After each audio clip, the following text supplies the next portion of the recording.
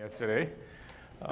So the SYK model I'm going to present as really it's one of the simplest, perhaps the simplest model which doesn't have quasi-particles. And it's turning out to have a lot of interesting applications, especially in recent years, and I'll get to that as we go along.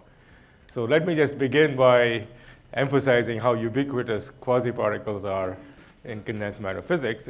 They're really present almost everywhere that we look, starting, of course, with the Fermi liquid theory of metals, theory of superconductivity, where the quasi-particles pair, but then there's new Bogly-Borg quasi-particles, the very sophisticated and elaborate theory of disordered metals has quasi-particles no longer moving in straight lines, but diffusing. But nevertheless, there are some more complicated quasi-particle excitations you can define. Sometimes people say that theory of metals in one dimension has no quasi-particles. Well, the correct statement is that the electron is not a quasi-particle in one dimension, but there are other quasi-particles. There are collective modes of the one-dimensional electron gas, which describes all the states of the system. So there is a decomposition of the many-body Hilbert space, even there, in terms of simple quasi-particle excitations. And even the fractional quantum Hall effect, of course, they're the famous Laughlin quasi-particles. So they're really almost everywhere. But there are many cases where they're not present, and so I'm going to just present here, since this is a school, some details of calculations that you can do in one of the simplest systems that does not have quasi-particles. So, but before I get there, let me define what do I mean by a quasi-particle.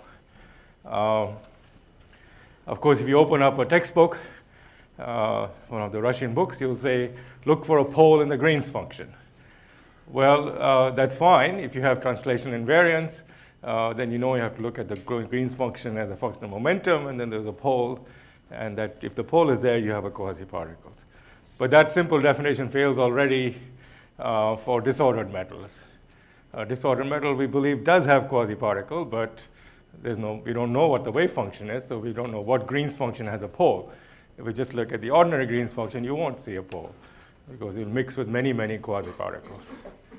Or, of course, also in the more complicated case, like the fractional quantum Hall effect, you actually don't have any observable that has a pole, because you cannot create just one quasi-particle. You always create them as composites by any physical operator. Okay, so that definition really doesn't work. A more broader definition, a better definition, is really going back to Landau's original way of thinking about it. Imagine you have some many-body system, and you want to describe its low-energy states. Not just the ground state, but lots of the low-energy states. So if you have a system of n sites, typically the number of states you're talking about is e to the n. So that's a huge, huge, huge number. You have to describe all of these states in some economical way. So what Landau postulated, well, then imagine you could think of these many-body Hilbert space in terms of some particle-like objects. In his view, these were just electrons, but there could be other things. Who knows? There could be Laughlin quasi-particles. There could be bosons. It could be anything. So there's some set of quasi-particles with some label, alpha. And the important thing is that the label alpha doesn't have exponentially large number of values. It has only n values.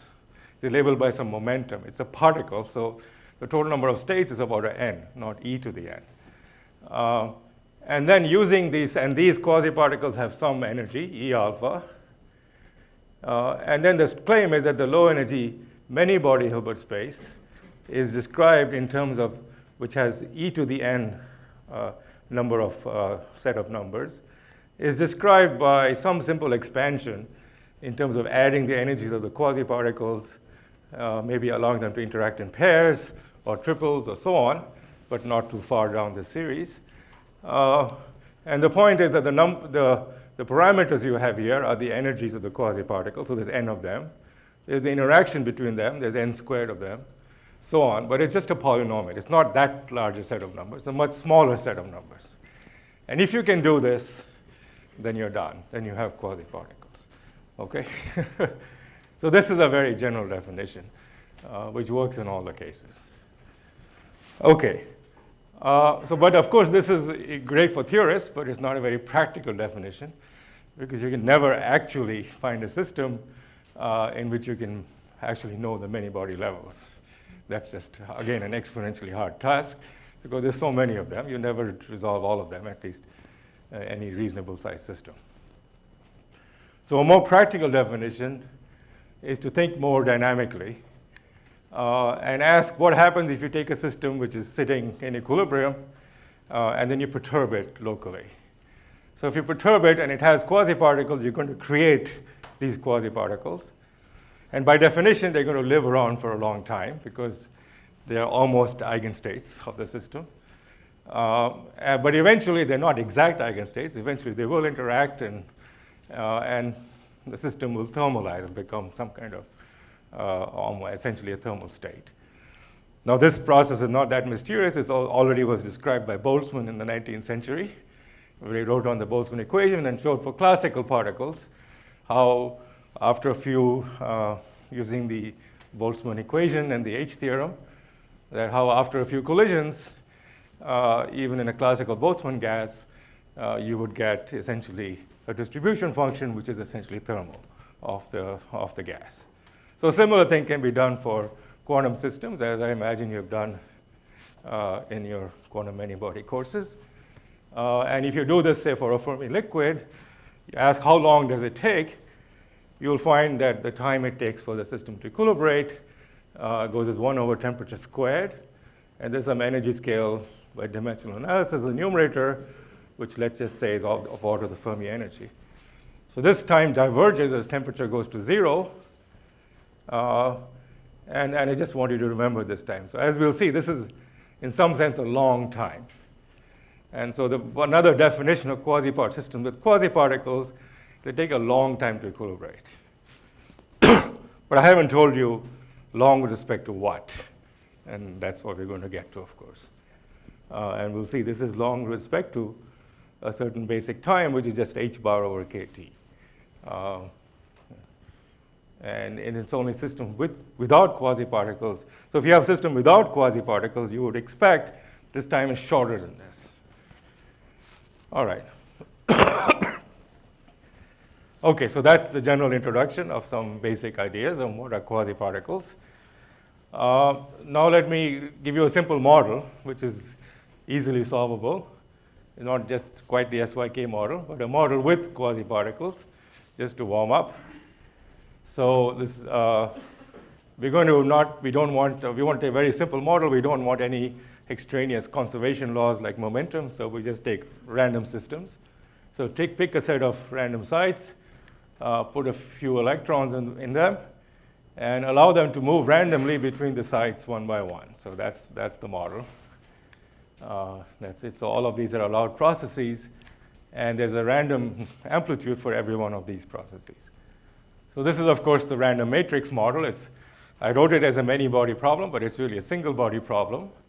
You just have n sites with some matrix elements for the particles to hop, which are Tij, and these are just independent random numbers. Okay, so this problem can be solved many, many different ways. It's just free particles. You can solve it using supersymmetry. You can solve it using replicas. You can solve it using just diagrams. They all give the same answer. Almost everything is known about it because it's all about properties of n by n random matrices.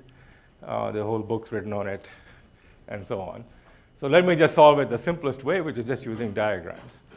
So it turns out that that's just this very simple equation, and it's easy to see where this comes from. So basically, you have an electron moving around, hopping between sites. So from site I to site J to site K to site L. Sorry, K should be here. And every time it hops, there's a matrix element Tij. So this will be Tjk, Tkl, and so on. So you can you pick a set of Tij, and then look at the electron Green's function. It's just a matter of summing this infinite series. But we're not going to sum it because we don't know these are all random numbers. We don't know how to do it in general. But what we can do is average. So if you're going to average this, that's going to mean that you've got to connect these in pairs. So you can connect these in pairs in different ways. One way you could connect it would be something like this. These would connect here, so I connected this to that. And this would connect to something else. And then now this will be I, this will be J, and that'll be I again, because it's the same. It's only the different ones are uncorrelated, so the Tij has to equal to the, this has to be Tji. So now one small little detail I didn't mention, I'm taking these to be complex numbers, and of course Tij is Tji star, and that's the average. You can take them real, it's a little more complicated, but let's just not. You get pretty much the same answers. Okay, so there's many ways of, basically you just have to draw these hats. And there's many different ways of drawing these hats. So for example, you could get many diagrams like this. You could have another interaction here, and then say this could cross with that. And then you'd have to put the SYK labels in here. So there's many different diagrams, and it's not easy to solve all of them. But things simplify further in the large n limit. So I'm going to take an n by n matrix and send n to infinity. And I have sneakily put this factor of 1 over square root of n here. You need that to get the right sort of thermodynamic limit where the total energy of the system is proportional to n. Okay, so what happens in the large n limit is that these sort of diagrams don't contribute. They're drawn by factors of 1 over n. You just count this number of sites and go through it. I won't try to do it because I'll mess up. But in the large n limit, basically only a certain set of diagrams contribute, and these are very simple diagrams that have no crossing, no lines crossing, things like this, and so on. All of these are included, but nothing else. So anytime a line crosses, then you throw those out. So you can see that this ends up giving answers that don't have factors of 1 over n in front of them. All right, so if you do that kind of very simple analysis, you get a very simple set of equations. So all of these graphs are very easily summed by simply saying that, first of all, the Green's function has some self-energy here, and the self-energy is just equal to the Green's function. So basically, the self-energy, the basic graph, if this is the full Green's function, that's equal to the bare Green's function plus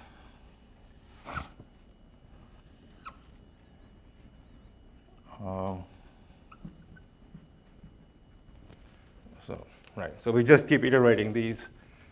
So this is the self-energy, that's the full Green's function, that's the bare Green's function. Keep iterating these, will generate all these graphs.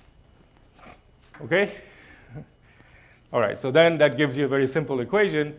Sigma is equal to G with a factor of t squared, where t is the average of Tij. Yes? When you take the bare here, you mean the one where you take t to be uniform, the average? No. There's no average is 0, but you can make it. Well, you can absorb that in the chemical potential. So this is just equal to I omega minus mu. That's all. And this gives you a factor of t squared. Okay, so that gives you this very simple equation for G and sigma. Now you can take the Fourier transform of this. And so sigma is equal to G. You put the G here. So now this is the equation of G. It's just a quadratic equation. You solve the quadratic equation. So you just have to solve the equation. G times I omega plus mu minus t squared G equals 1. Okay, so on a good day, well, Mathematica can solve it for you if you can't solve it yourself. So you get some quadratic form. You take its imaginary part, and what you get is the famous semicircular density of states. So basically, this means that if you have a random matrix, This is about a 4t squared, 4t or something. I've forgotten where the semicircle ends. This semicircle just comes from the square root of b squared minus 4ac of the quadratic equation. Okay, so this tells you if a random matrix with totally random matrix elements, then in the large n limit, all its eigenvalues are between minus 4t and plus 4t, or 2t, or something like that. And so the bandwidth of the single particle states is about a 1. That's why we put this.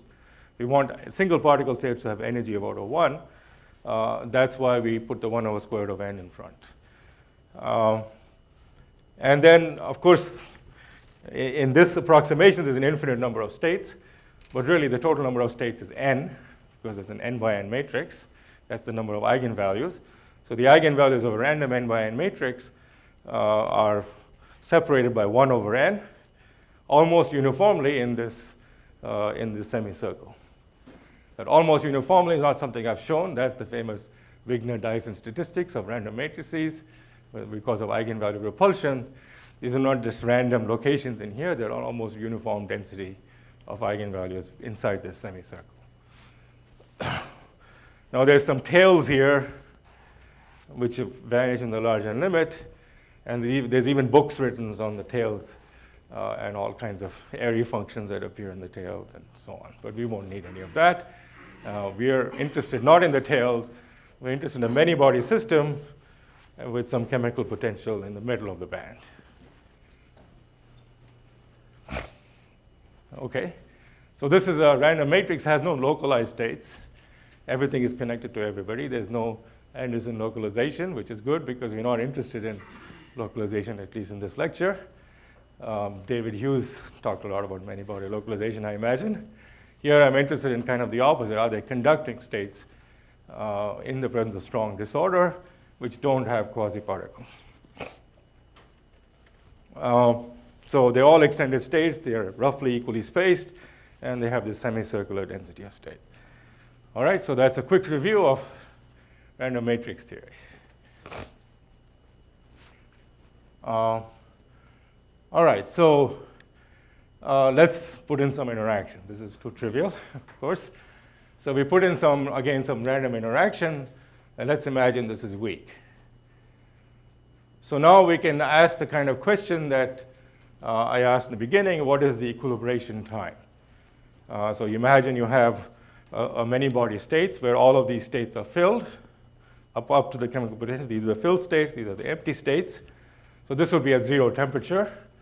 Then at finite temperature, there's some width here, so of order temperature, where you'll have the Fermi distribution function telling you which are empty and which are filled. So now you imagine you have this thermal state and you shake it a little bit, or more simply, as Boltzmann taught us, all you have to do is figure out the time for a quasiparticle to be scattered from its state. And from that time, you know from the Boltzmann equation that that's the thermalization time. So you just have to do Fermi's golden rule. Of course, if you wanted to do the full Boltzmann equation, you're welcome to do it. But we know the Boltzmann equation is simply an elaborate way of deriving Fermi's golden rule on the collision term. So we just do the Fermi's golden rule. And imagine you have a quasiparticle in some state alpha, in some exact eigenstate psi alpha. We don't know this very well, but we know it's some kind of extended state, extending over all the sites. And we ask how long does it take for that quasiparticle to be scattered out because of the interaction. So we just estimate that from Fermi's golden rule. So it has to find some other particle in state beta, and then the particle state alpha and beta have to scatter into states gamma and delta. Now there's some matrix elements there, which depends on the wave function. But fortunately, in the large n limit and for this random matrix, you can just replace all of those quantities by their average value. So all of that average I've done, and I put it in the prefactor. And all of the interesting stuff is in the conservation of energy. The energy of the particle and the particle is scattered off must equal the final state. And in the Fermi functions. So this beta should be occupied, and gamma and delta should be empty. All right, so now this is finally an integral that everyone can do. So when you do this integral for temperatures much smaller than the bandwidth, then you'll find that it vanishes as t squared. So this is the famous t squared lifetime of a quasiparticle in a Fermi liquid. Normally, if you open up the textbooks, it's a very complicated calculation because you have to worry about momentum conservation and so on, and you get some very complicated phase factor. So all of that I've thrown out the window. The important thing about the lifetime being t squared is nothing to do with momentum conservation, just energy conservation is far more important, and the Fermi and the Fermi functions. Okay, so you can either do the integral by hand, or you can kind of estimate that the total phase space near the Fermi level for this kind of scattering vanishes as t squared. So the natural dissipation or thermalization time is t squared, as I claimed earlier, for a Fermi liquid. Okay. So Subir, would you say that what's key to the Fermi liquid theory is the finite density of states of Fermi energy, but not the presence of Fermi surface? If you go that far. Well, Fermi surface is by a surface in momentum space, you need momentum conservation. Right. So there's no Fermi surface in that sense here, but there certainly is a Fermi level, and as I showed you in this picture, there is some boundary here with a finite density of states. You're right. So the fact that there's a finite density of states here, thank you, was crucial to all of these approximations, and indeed that density of states is this factor of rho naught that comes out front. Also, if you looked at as I'll mention a bit later, the local Green's function, this g of tau, if you look at its long time limit of g of tau, again, because of the finite density of states here, that goes as 1 over tau. So that's, again, a characteristic signature in the local Green's function of a presence of quasiparticles. Okay. Any other questions? Okay, I'm not totally done with this very simple model. I want to show a few more pictures, all the sense of preparing for the more complicated model. So as I said, here are the occupied states, and they have this density of states, and roughly the spacing between all the E alpha is 1 over n. Now, what I've shown you here is a very simple calculation. I just took a random 12 by 12 matrix, and I computed its eigenvalue. So I got 12 numbers. So these numbers are not quite random. The matrix elements are random, but I've got now 12 eigenvalues. So that's that's all I've been doing so far. But now let me think about this as a many-body problem. So in the many-body problem, the many-body eigenstates are written like this. And I'm working the grand canonical ensemble for simplicity. So the total number of many-body eigenvalues is not 12, it's 2 to the 12, which is 4,096. So there's 4,096 values of capital E, and I've shown you all of them here. Okay? So first of all, what is the range of these values? Just in terms of scaling with n. So the bandwidth here was 1. This is from, of order 1. There's no factor of n here. So the smallest eigenvalue is when all the n's are 0. The largest eigenvalue is when all the n's are 1. So the bandwidth here is n. So now there's a many-body system, and the energies scale with n. So all of these energies of order n. All right. So the number of energies is 2 to the n. So that means that the level spacing here is not 1 over n, it's 2 to the minus n. It's a very tiny level spacing. Okay, that's great. However, if you look at the bottom of the band, it's a much sparser level spacing. And why is that? Well, that's because what's happening is if I pick any level here, and I pick the one next to it, so that level here corresponds to some values of n alpha, 1, 0, 0, 1, 1, 0, 0, some binary digit n alpha. Pick the next one, it's some other totally uncorrelated set of n alpha, which has nothing to do with the previous one. And that's why they accidentally happen to be close to each other. However, when I go to the bottom of the band, I don't have that freedom. So at the bottom of the band, n alpha is 1 here and 0 here. The first excited state, there's only one thing I can do. I can move a particle from here and put it there. That's going to cost me energy 1 over n. So that's the important point here again. Although the energy level spacings in the middle of the band are exponentially small, the one at the bottom of the band are quite a bit larger. And that's one hint that the system has quasiparticles. So the point is that if I did this for the model with weak interactions, which is much harder to do, suppose I found the many body levels, I claim you would see the same structure. You would still see much larger spacing at the bottom of the band. So that's another hint that you have this quasi-particle decomposition in terms of the single particle levels. Okay. Yeah, I guess I've said all of that. All right, so now I'm done with that. Any questions on this random matrix model?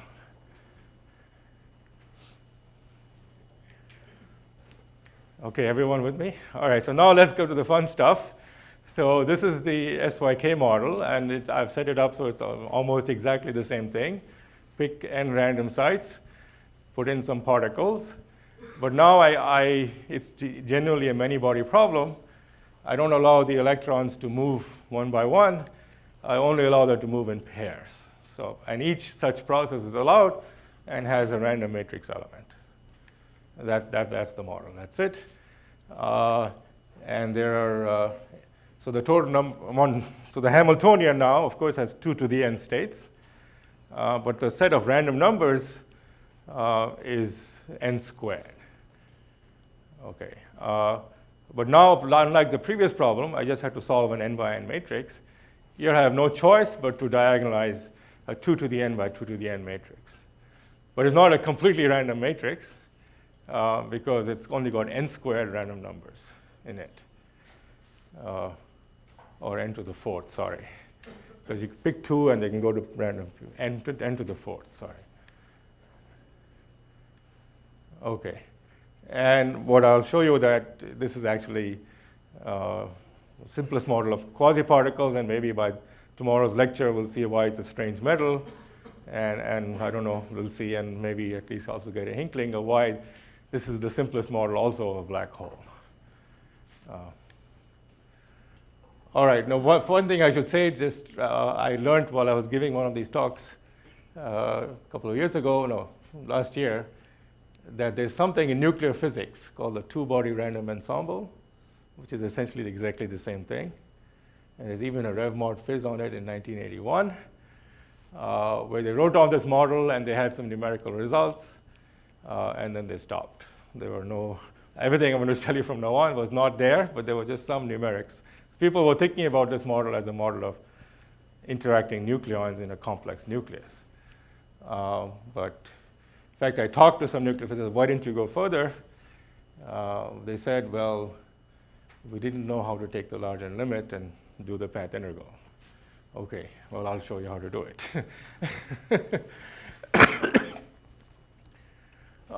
Anyway, so this is the model, very much like the model I just showed you.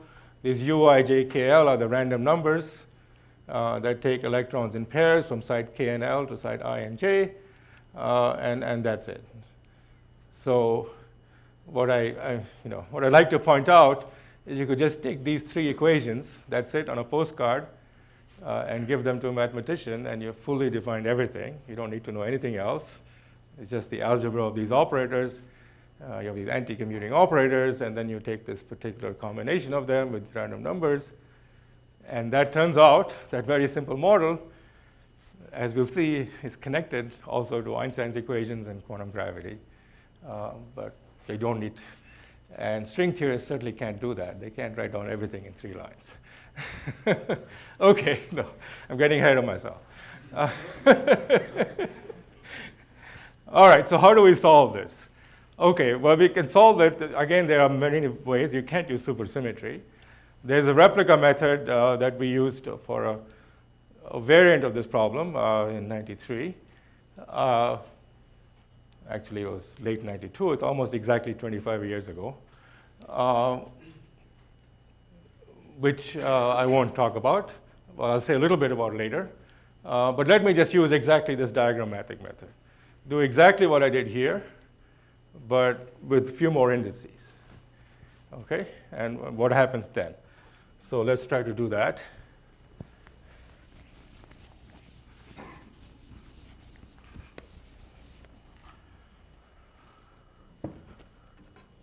So now you have some U here, U, I, J, K, L. You have an electron coming in at site I, and then you have J and K, and one coming back, which is L. Okay, and then this is a random number, so you're going to have to average over it. So I'm going to take, the simplest graph would be something like this, just the Hartree graph. This would be the simplest graph here. So that would be contribution to the Green's function. But I'm going to take these numbers to have zero average, so that after average over this gives me 0. You can account for that by just shifting things around, but let me not include that. So what else? Well, you have to go to next order. And next order, the first graph you can imagine would be something like this. Okay. With U, and in general, these would be different indices. This would be J prime, K prime, L prime, I prime. But when you average over the whole thing, you can drop the primes, because only the on-site one is non-zero. So this will be the first non-zero graph. Okay, and then you can draw many more, but you quickly find that almost all of them have extra factors of 1 over n. So now here it turns out you have to put a factor of n to the 3/2 to make things have scale the right way in the thermodynamic limit. So this one behaves the right way, but there are more complicated ones that don't. And then what you find is that there's only one set of graphs that survive, and all you have to do is just make these full Green's functions. You make all of these full, and that also full, and that's the end of the story. So it's basically these kind of melon graphs, as the string theorists are calling them. I had not heard that term before. Whoops, I got ahead of myself. So here they are. So this is the equation. So previously I had exactly the same equations for the random matrix model, except this is 1 power of G. And now it's 3 powers of G. That's all. Okay, that little change from 1 to 3 has enormous consequences. So this is basically the set of equations that we wrote down in late 92. And these have some, they look completely innocuous. But they have a remarkable set of properties. I'll show you. They have conformal invariance, emergent SL2R symmetry, and connection to anti-de Sitter space, and so on. It's all in these equations. Okay. All right, you see where that comes from. It's just this graph. So the graphs you're summing, if you now actually write out the graphs, these are graphs like this. I won't draw the arrows. And all of these graphs are summed. Things like this.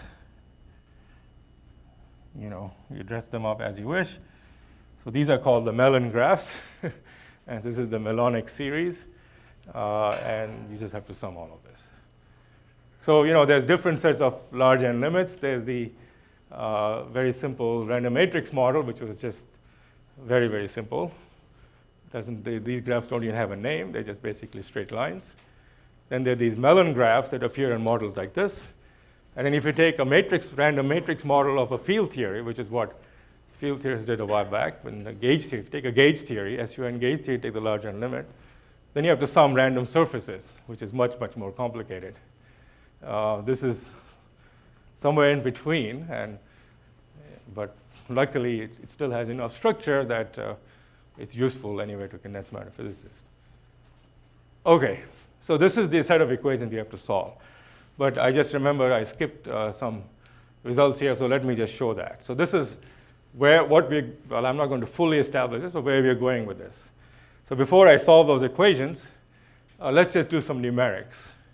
So Wenbo and others have done up to n equals 30, but here I just show you the results for n equals 12, simply because otherwise the pictures wouldn't look good. So I took n equals 12, and this is Wenbo's results, of 2 to the 12 by 2 to the 12 matrix, diagonalize it, and here are all the eigenvalues. So again, the bandwidth is of order n. There's 2 to the n many-body states, and the spacing is 2 to the minus n. All of that has to be the case. Without any calculations, you know that had to work out. But now we ask the question that we asked for the quasi-particle system: what is the energy level spacing at the bottom of the band? Now, this picture doesn't quite do justice, so this has been analyzed more carefully numerically. But you can already see by comparing this picture from this picture here, this is much darker in the middle. So it's highly non-uniform. It's and very sparse at the bottom. And this one looks much more uniform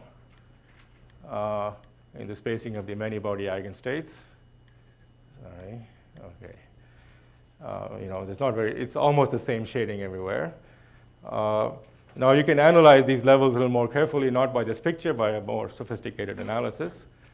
And it's been found, in agreement with our prediction in 2001, that the energy level spacing here is not 1 over n.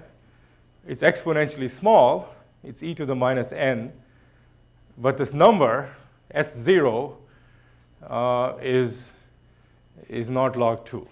It's smaller than log 2. So the energy level spacing is sparser here. It is sparser. It's just not exponentially, it doesn't go from exponential to power law. It's still exponentially small, but with a different factor. But when something's up in the exponent, even a small factor here is a huge difference, of course. And so this number S0 was something, well, I'm going to show you how we computed it. I won't get to it. It's quite a complicated calculation. But anyway, this is the number we got. And now this number was obtained by Kater by a different method, the same number, and numerically also it all works. So big sigh of relief. We got this number, and we were actually quite embarrassed by this all, at that time anyway, because having this many states at low energy meant that the entropy was not 0 as temperature went to 0. So this is a system which violates the third law of thermodynamics. And we said, OK, this is nuts, and we put in the appendix and forgot about it. Well, we hadn't fully understood exactly how this was happening. I should be perfectly honest. But the point is that, first of all, it does violate the third law of thermodynamics, but it violates in kind of a robust way. So for example, you may have heard of the Pauling's ice model. His model is you have water molecules in ice, and you can arrange them in so many different ways, and you just count the number of ways, and it gives you the entropy of ice. And if you take this model literally down to 0 temperature, you violate the third law of thermodynamics. But that model, that's a highly non-robust conclusion.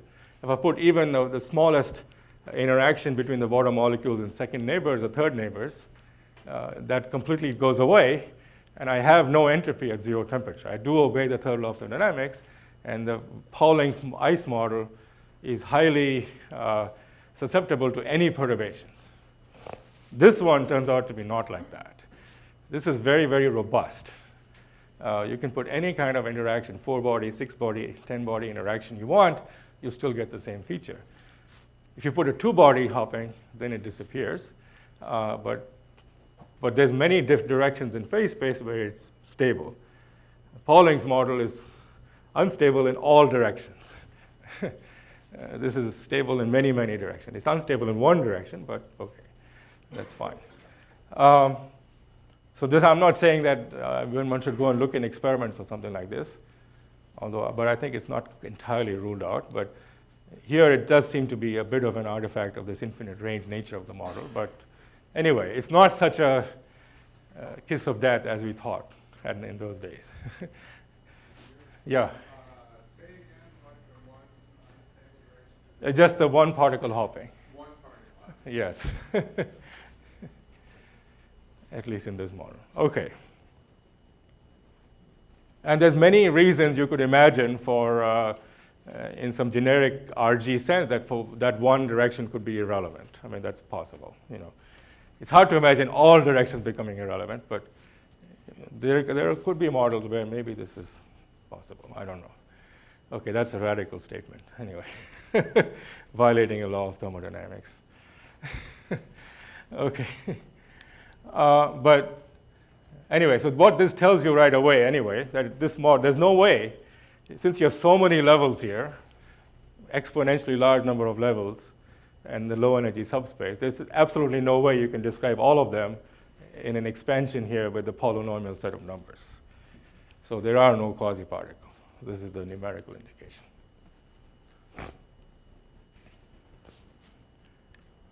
All right, so now let me get back to this and let's solve these equations. So the first thing we did was just try to solve them at low energies. And this was a solution which is not too hard to obtain, and let me kind of see how we got this. First of all, let's imagine, so we were looking at this, and maybe, I said, okay, maybe this is an insulator, maybe this is something strange in the sense of just having a gap, but you can quickly see that it doesn't have a gap, because suppose it had a gap. Suppose the Green's function had a gap. Well, then this, then G cubed would have 3 times the gap, simply because of the convolution of 3 densities of states. So then G cubed would have 3 times the gap. This means sigma would have 3 times the gap. That means sigma would be non-zero only at 3, imaginary part of sigma would be non-zero only at 3 times the gap.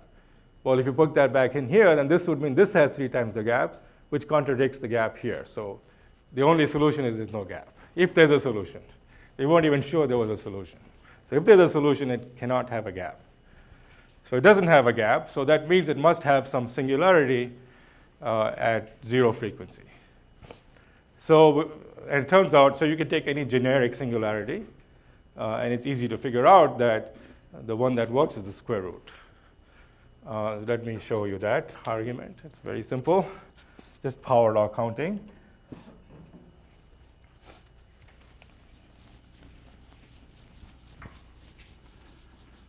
So if you work in, I'm ignoring here all kinds of subtleties with particle hole asymmetry. The solutions I'm going to show here are for Q equals 1/2, which is the half-filled case, but we have solutions for all density, actually. So you just assume G of tau goes as 1 over square root of tau. Then sigma of tau, assuming particle hole symmetry, so it's an even function. Actually an odd function of tau. There's a sign of tau here if you want to be really careful. And there's a mod tau. Then sigma of tau would be 1 over tau to the 3/2. And now if I take the Fourier transform of this, so this implies, this has a very stable Fourier transform.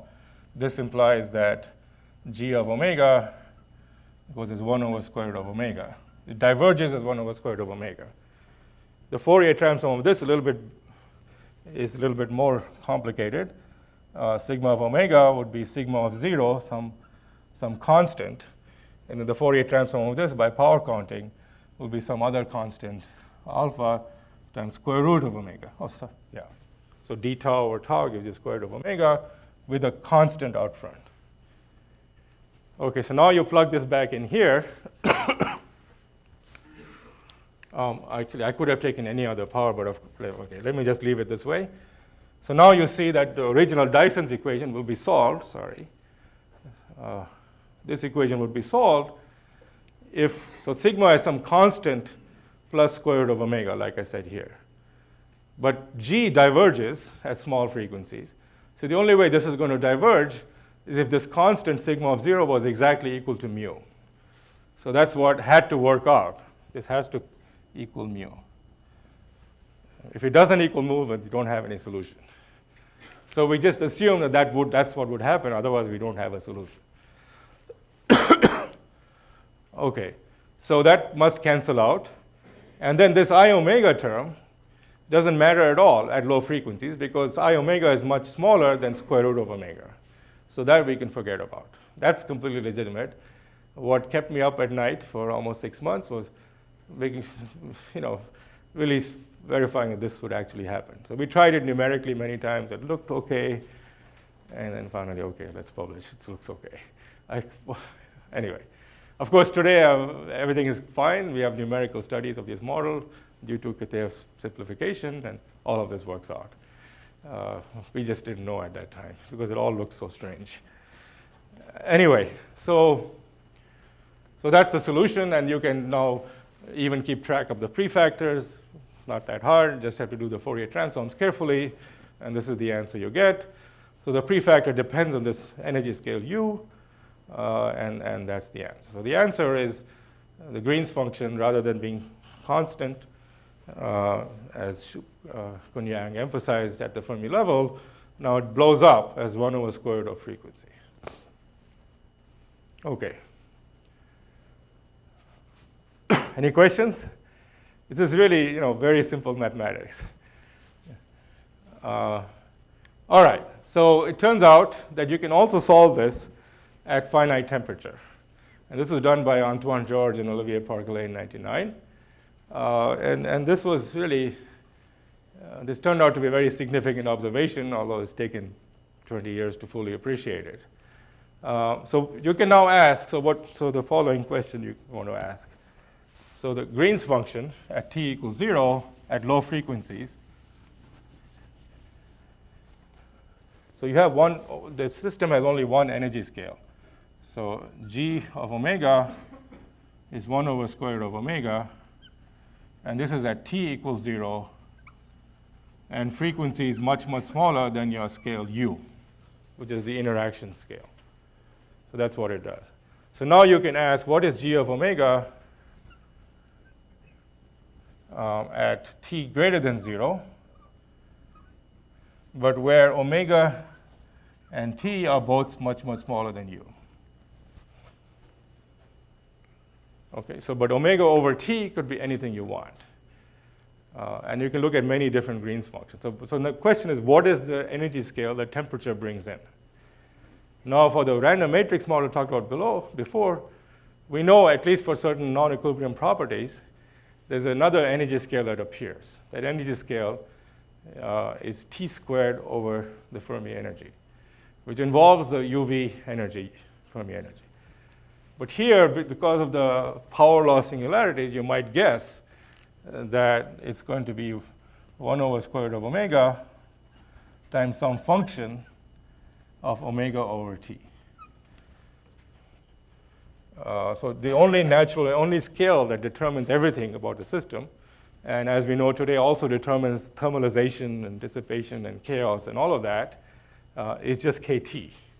It's not going to be t squared over Fermi energy as it was for Fermi liquid. It's just going to be kT. It's not going to involve u. So this is the question, is there such a solution? That at finite temperature, there's a regime where the energy scale u does not appear. Now this is, from the perspective of critical phenomena, this is very natural. This is how it should happen. But in the context of interacting particles, it's not as natural because it does not happen in a Fermi liquid. In a Fermi liquid, you get some other energy scale. Okay, so does this happen? Well, so this analysis, when it was clear to us in 92, it does happen, but we didn't know how to actually determine this function f. It seemed, since no one reacted to our paper, we didn't bother doing it in numerics. Eventually, Antoine got interested, and what they even found, they could find an exact answer for f. And it was kind of amazing. And the answer was just a guess. Well, okay, it was inspired by many other things. But let's just say, let's work in real time. So we just guess, that the Green's function should be this function. So magician pulled this function out of a hat. Well, first thing we see that as temperature goes to 0, this is fine. This just becomes 1 over tau to the power rho. So you put rho equals 1/2, this is exactly this in the time domain. So the square root is the special function that's the same in both the time and the frequency domains. So when temperature goes to 0, it has exactly what we wanted to do.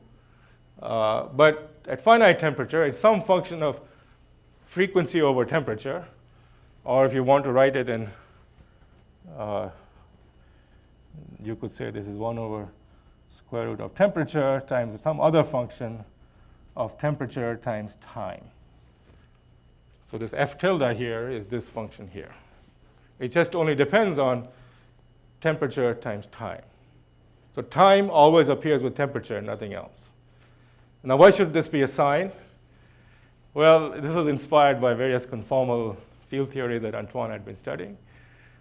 This is not it doesn't look like a conformal field theory to us then. I showed you the model, that's all, that's the model. And these are the equations. But let's just assume this is the solution. Okay, fine. So this is a guess. Maybe it wouldn't work. All right, if this is G, then sigma is the cube of it. I'm taking the particle hole symmetric case again. This can all be done for the particle hole asymmetric case, but I'll spare you that. So that's just the cube of that with 3 rho. And now you take the Fourier transform of this. And these are beautiful functions that you can take a Fourier transform. Actually, these are Fourier series because this is the periodic functions of time at finite temperature. And you get Green's function as a function of Matsubara frequencies with the ratio of these gamma functions. And this rho appears here is the same rho as the power law. Now this looks like a huge mess, but one thing we know that the temperature goes to 0 if you just take the ratio of these gamma functions and look up Abramovitz and Stegen. As temperature goes to 0, this will just become 1 over square root of omega in some complicated way. Anyway, and this is exactly the same for the self-energy with rho replaced by 3 rho. But one important thing, because it's not a convergent integral with the 1 over, this goes as 1 over tau to the 3/2, so that's not convergent as tau goes to 0, and therefore there's a constant. So that's why I've written singular. This is a singular contribution. There's a constant here that I'm ignoring. But I'm assuming the constant will cancel with the chemical potential just like before. All right, so this is what you get. And I've written it up again over there. Oops, sorry. I was just messing with this in the bus, and I think I messed up the order of these. That should have been first. Okay, anyway. Okay, I've written it up over here. And this pi of rho is just some mess here. Okay. Now comes the magic. Now the Dyson's equations, as I showed you earlier, here, the Dyson equation, you can throw this term out. The non-singular part cancels mu. So the Dyson equation is very simple. It's G times sigma equals -1. That's the singular part of the Dyson's equation. G sigma equals -1. Okay. So now I have these complicated functions of frequency and temperature here, and another different complicated. In fact, they're the same function with rho replaced by 3 rho. But now their product has to be independent of everything. It just has to be -1. Is this possible? Now you've picked some other function. I don't know, your favorite function instead of the sign. There would be no solution.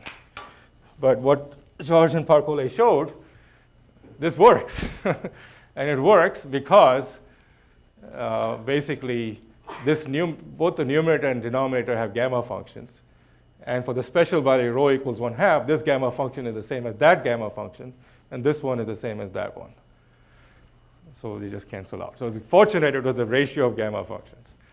They just cancel out, and you're done. So there is a solution.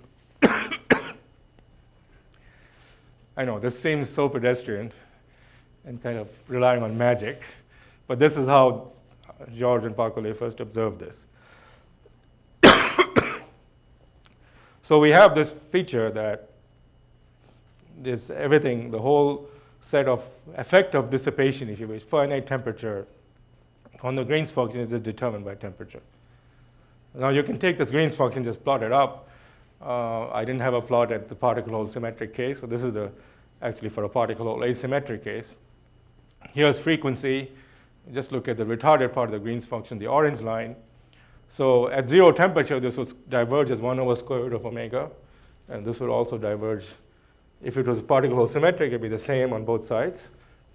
But what happens is the divergence gets cut off and everything becomes smooth, and the scale at which all of this is happening is just kt. Kt over h bar. Does not involve u. Okay. So that's the finite temperature solution.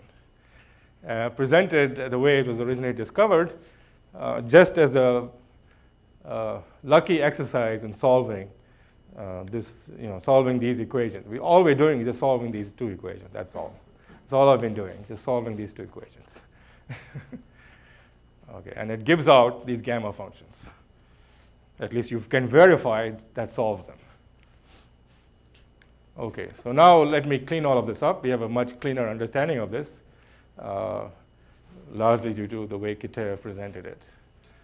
Okay, so these are the equations again. And we know that in the low energy limit, the singular limit, you can throw out those terms. So now let's throw them out and write everything in real space, in time. So the Dyson equation, which was G sigma equals -1, well, here's I've written it out as a convolution in time. And it's also very useful in thinking about this to not think of the Green's function as a function of one time, but think of it as 2 times. Of course, in the end, the answer is tau2 minus tau3, but separate the 2 times. That turns out to be very amazing, and that turns out to be the key thing to fully understanding the symmetry structure of the equations. So that's the Dyson equation there. Sigma times G equals 1, or in time, it's just a delta function. And you can put this on a circle. So these are functions on a circle. So what you have, sigma and G are functions on a circle, which is the anti-periodic on a circle in the fermions. And the function of 2 times. But in the end, the solutions would be just depend on the time difference. And sigma equals G. Sorry, this should be U. I didn't get to change that. Not J. J is just U. Okay? And now, so there's that equations again. And these equations have a huge symmetry. This is the key to why we found the solution. First of all, one symmetry they have is reparameterization invariance.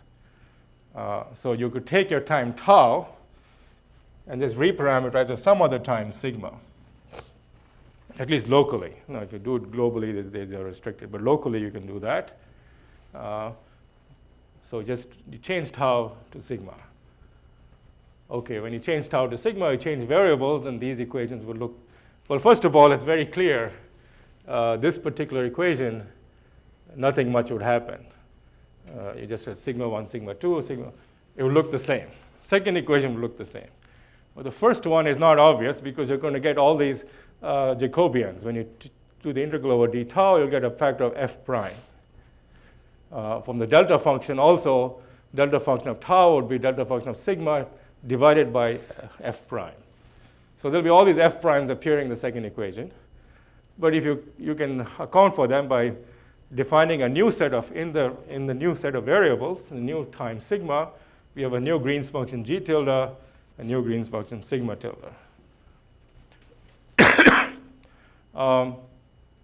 And then you put in these prefactors of f, and bingo, the equations look the same in the tilde and sigma variables. Okay, g tilde of sigma 1, sigma 2, and so on will obey exactly the same equation.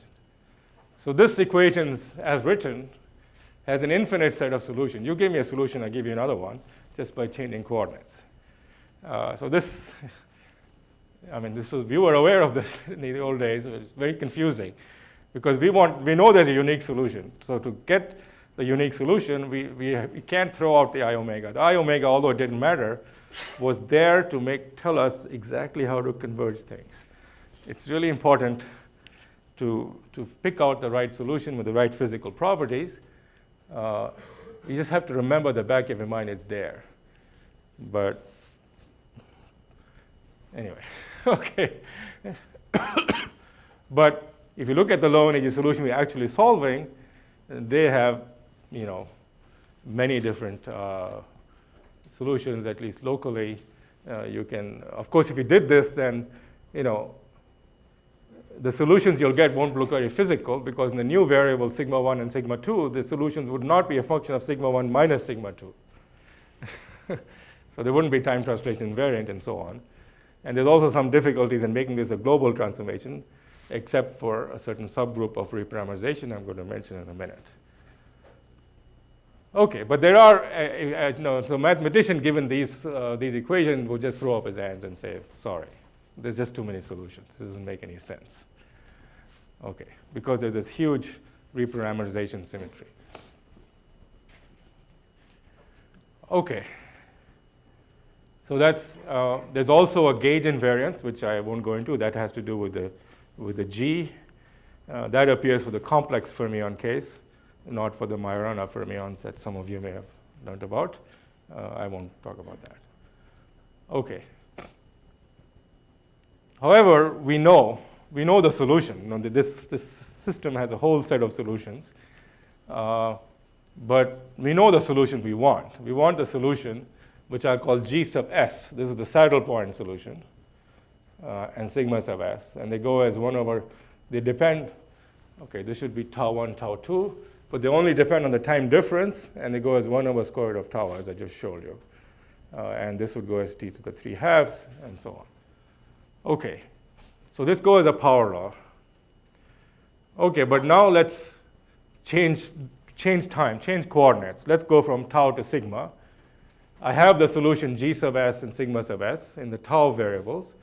So I'm going to get some other solution, G sub S and sigma sub S, in the sigma variables. And that solution will look different, and that's not what I want. So then what I demand is that in the sigma variables, I get the same solution. Okay, so in the transform coordinate, I want to get the same solution. G sub S tilde in the sigma variables, sorry, this one, should be the same function G sub S here. So G tilde of sigma 1, sigma 2 should be the same function G sub S, which I defined to be this function. Okay? So you can look for f of tau for which this is the case. It turns out there are some simple cases. So for example, I could just rescale tau. If I rescale tau by some overall factor, then it's kind of obvious that is still a solution. That's allowed. So rescaling is allowed. You can just, tau could be b times sigma, and then you can easily see all of this works out, no problem. You can also, that's what at 0 temperature, at finite temperature, is you define some circular coordinates, and there's a similar stuff there. You can also add a constant. It turns out there's one more thing you can do, which is an inversion.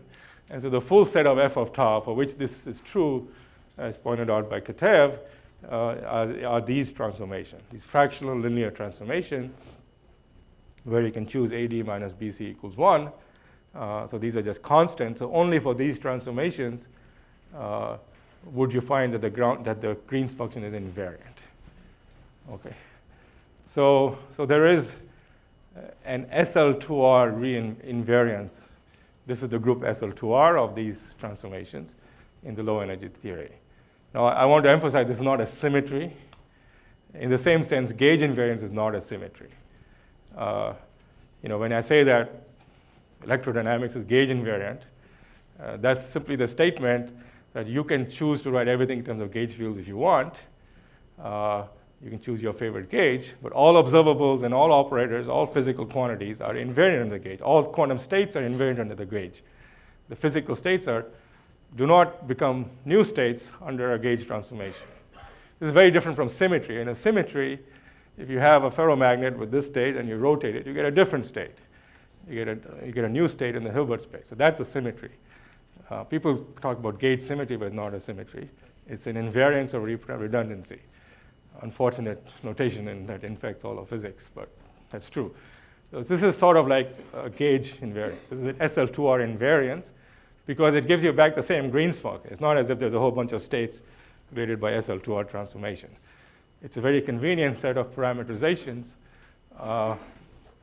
And when you choose to parameterize in terms of Green's function, you will find that you will have to write down a theory which has an SL2R invariance.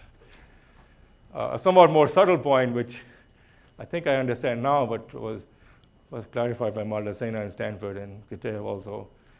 You can set up the theory just like in any gauge invariant theory. Even though our arguments were based upon low energy, this SL2R invariance is an exact invariance, but you can always choose coordinates to make it exact. It's just a choice of coordinates again. It's not a physical symmetry. Anyway, so that's, how am I doing on time? Okay. So here, this is the first hint of some connections to gravity. So the reparameterization invariance is, of course, an invariance of Einstein's equations. And now Einstein's equations have many solutions. One of the solutions of Einstein's equations is, with the cosmological constant, is a space called anti-de Sitter space. That's this metric. But this is time, and zeta is some other spatial coordinate. I've written this in Euclidean time. And then this metric turns out to be invariant under exactly the same set of SL2R transformations. So again, it's not a, so there is the same anti-de Sitter space is a certain solution of Einstein's equation. It's a certain quantum state. You get the same state back by changing coordinates. And the set of coordinate invariances that you get is SL2R. Okay. So now let me show you how all of this fancy stuff is what's needed if you want to compute the 1/n corrections to this theory. So I've shown you the complete, what we did in 20 years ago, Antoine, George, Olivier, Jinwoo, and myself. We didn't know any of this. We didn't start talking about SL2R. But we found the large N solution. We found this omega over 2 scaling. We found this importance of this h power over kt time scale. But now, more recently, very sophisticated people have stepped into the game. And there's infinite number of papers, including Maldacena and Stanford, and Witten and Stanford have a very beautiful paper. And all of these papers, first of all, thankfully, confirmed our results. And second, they have computed the 1/n corrections.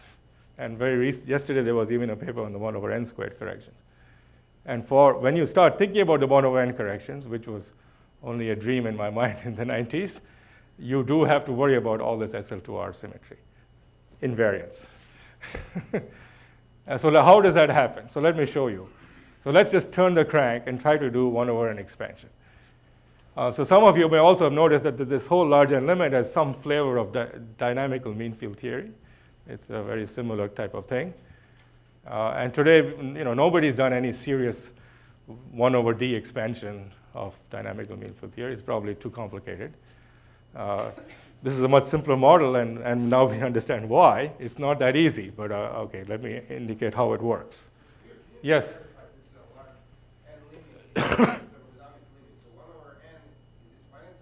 Yeah, finite size, correct.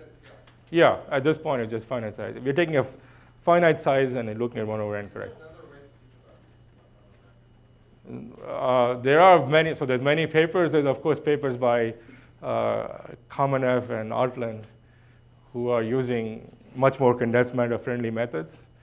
And they've gotten many of these results without mentioning gravity. But I think the gravity way is a lot cleaner and has a lot of physical insight.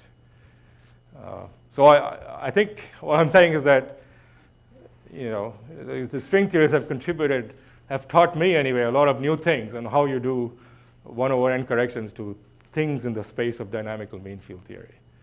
And it's all related to these kind of, for usual DMFT, it is not such a big issue because these are Fermi liquids. But when you get to these non-Fermi liquid states, it's much more subtle. Okay, so how do we do it? So let's just start with the original model. Sorry, again, this should be a U. I start with the original model, and I introduce replicas, and I average over disorder. Okay? So I had this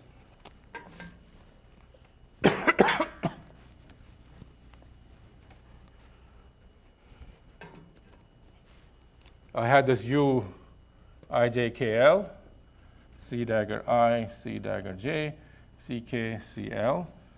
It's e to the minus this, and I average over this, and I'll get 4 powers of c when I do the average. Fortunately, because this is what makes it solvable, the 4 powers can be collected in this form, where I have a sum over I inside the 4th power. And this kind of, if you wish, self-averages, and that's why the site I just disappears. You get a single site problem at the end of the day. Okay, so this is just the average. Now what you do is you introduce a identity 1 inside the integral. So sigma is some, if you wish, a delta function. And sigma is a Lagrange multiplier. If you do the integral over sigma, this tells you g is equal to the average of this. So this is defined in the Green's function as the average of cc dagger, okay? I just introduced this as a Lagrange multiplier. But now once I put this in here, I can replace this term by g, okay? And I can change the order of integration. Okay, so when you do all of that, this is just and then you can integrate over the fermions, and I threw out the replica indices. When the dust settles, you get a path integral. So in fact, Nick Reed and Jinwoo Ye and myself, we wrote down path integrals like this for another model, the Ising spin glass, which is a lot simpler, where we can evaluate the whole path integral also. But this is what so this is the analogous procedure here for this model. So now there's a path integral over both g and sigma with these are fields with 2 time arguments, okay, tau 1, tau 2, and tau 1, tau 2, of some action. And the action is some functional of g and sigma. Okay. So now if you take the saddle point, so there's a factor of n out front. If you take the saddle point of these equations, lo and behold, you get exactly the equations that we wanted. Where did they go? You get those, the full equation. You get those equations. So the saddle point of that action are the mean field equations that I obtained by summing the Melonic graphs. But this is the full theory. And now we can try to do the path integral. We can do Gaussian corrections.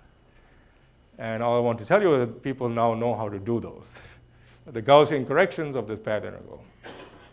And it's no surprise that now if you throw out this term in the delta function, you can check that this path integral, the action, is invariant under reparameterization and also gauge. So there's an emergent gauge invariance and a reparameterization invariance. Okay. So now you have to do this path integral over 2 times.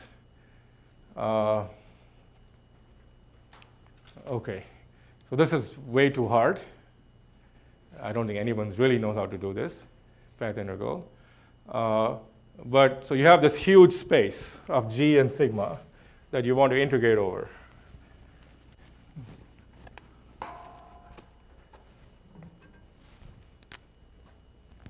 So this is g and sigma.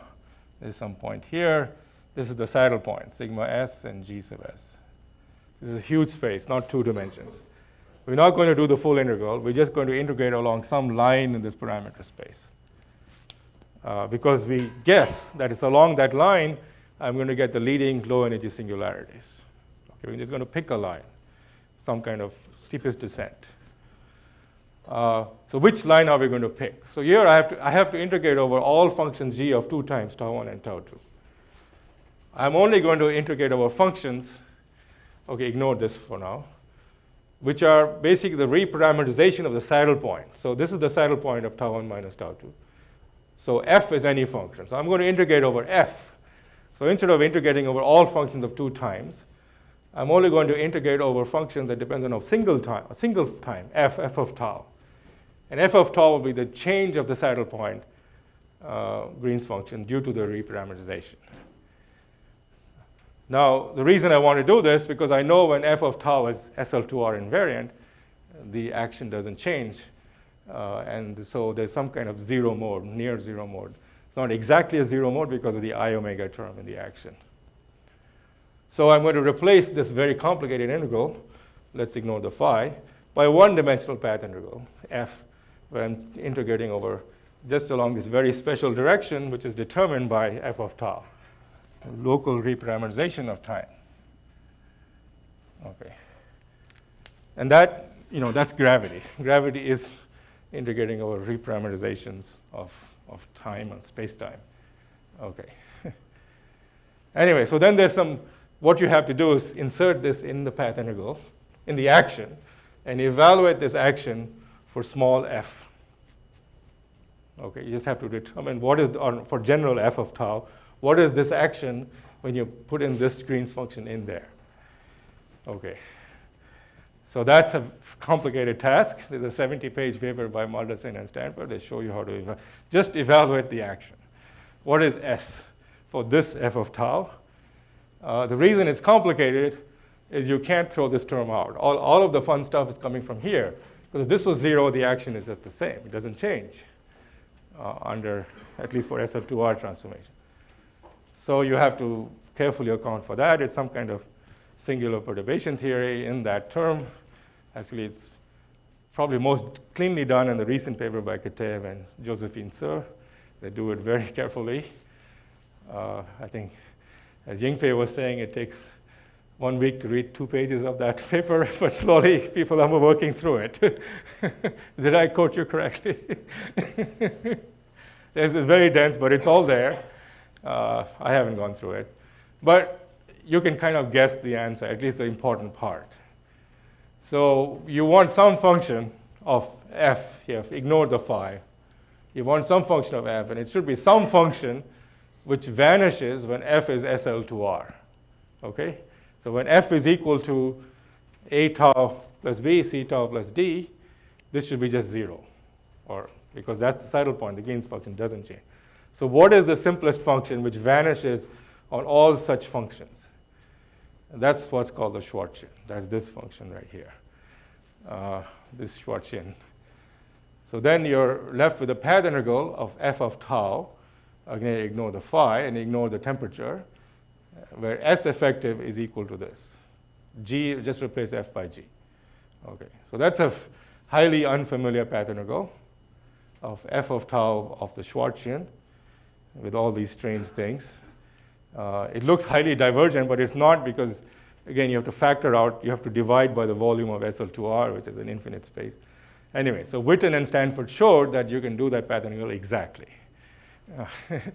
So if I put this up there and integrate over G, that can be done exactly using some fancy things. Okay. All right, so that's where it all goes. So what does that buy you? Okay, so this is what comes out of all of this stuff. So I already show you, when you do all of that, you get the density of states, e to the ns naught at the bottom of the band. And that's what we already had in a different language, 2001. And all of this fancy work on SL2R invariance gives you this cinch factor. This is the 1/n correction to the density of states at the bottom of the band. It's like, for the random matrix problem with a semicircular density of states, and I vaguely mentioned there's all kinds of rounding out of the singularity out of 1/n. This is the same sort of thing, but for a many-body system. Okay, that looks not very interesting. But if you now take a Laplace transform of the density of states, that gives you the entropy. And the entropy, as I said, has a finite zero temperature limit. This is not a ground state entropy. It's a finite zero temperature entropy, not the same thing. And then this other term with the coefficient gamma, which comes from the Schwartzian, gives you a linear specific heat. So all that work, the purpose of the Schwartzian, as far as we're concerned, is the linear specific heat. Now, of course, we know how to get linear specific heat from fermions, but this is a way to get linear specific heat from bosons, from reparameterization fluctuations of this non-Fermi liquid. Yes? This is the property of large n model. Of course, of course. Not the finite, there is no finite size count. Even though you said. Okay, yeah, so that's right. So this is the large n limit at low temperatures. These are the 1/n corrections for a finite size, but they're related. Okay, so this is definitely thermodynamics. There are also 1/n corrections here, which I haven't written down. Those are also known.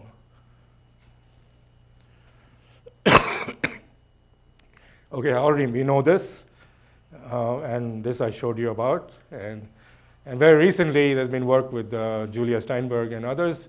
We numerically solved the Schwinger-Keldysh equations for non-equilibrium problem.